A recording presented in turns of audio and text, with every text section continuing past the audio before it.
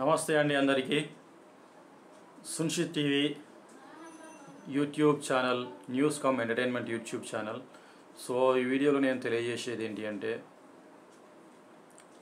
MLC కే కవిత గారిని 15th March 2024 రోజు 8 PM ED అధికారులు అంటే ఎన్ఫోర్స్మెంట్ డైరెక్టరేట్ అధికారులు కస్టడీలోకి తీసుకున్నారండి. సో ఎందుకు కస్టడీలోకి తీసుకున్నారు అంటే ఢిల్లీ లిక్కర్ స్కామ్. సో ఢిల్లీలో జరిగిన ఒక లిక్కర్ స్కామ్లో తను ఇన్వాల్వ్ అయ్యిందని చెప్పేసి ఈడీ అఫీషియల్స్ అంటున్నారు.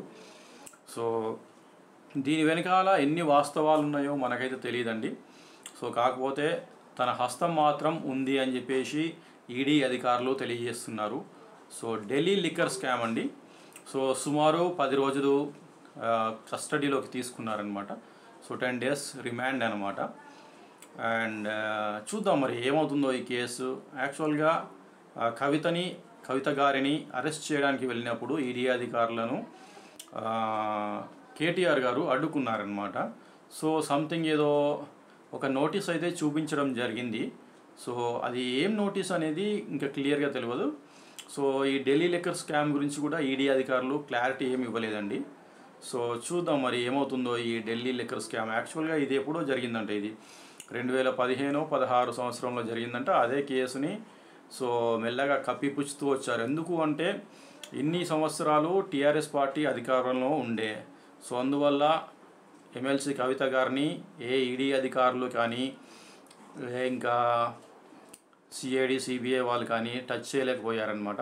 సో ఇప్పుడున్న ప్రభుత్వం ఏంటి అంటే కాంగ్రెస్ ప్రభుత్వం కావడం వలన సో ఈడీ అధికారులు ఢిల్లీ లిక్కర్ స్కామ్లో కవిత ఎమ్మెల్సీ గారు ఇన్వాల్వ్ అయ్యారని తెలియజేస్తూ సో కస్టడీలోకి అయితే తీసుకున్నారండి. సో ఇది నాకు తెలిసిన విషయం. సో మరి ఈడీ అధికారులు అఫీషియల్ అనౌన్స్మెంట్ ఏమీ ఇవ్వలేదు. సో చూద్దాం మరి ఏమవుతుందో. యాక్చువల్గా ఈ కేసు సుప్రీంకోర్టులో ఉంది అని చెప్పేసి కేటీఆర్ గారు వాపోయారు. సో చూద్దాం మరి ఈ ఢిల్లీ లిక్కర్ స్కామ్ ఏమవుతుందో. ఇంకెంతమంది బీఆర్ఎస్ అధికారులు, బీఆర్ఎస్ ఎమ్మెల్యేలే కానివ్వండి, ఎమ్మెల్సీలే కానివ్వండి, బీఆర్ఎస్ భారత రాష్ట్ర సమితి పొలిటీషియన్స్ ఎంతమంది ఇన్వాల్వ్ అయి ఉన్నారో ఈ కేసులో చూద్దాము. వీడియో నచ్చినట్లయితే లైక్ చేయండి, షేర్ చేయండి, తప్పకుండా సబ్స్క్రైబ్ చేసుకోండి.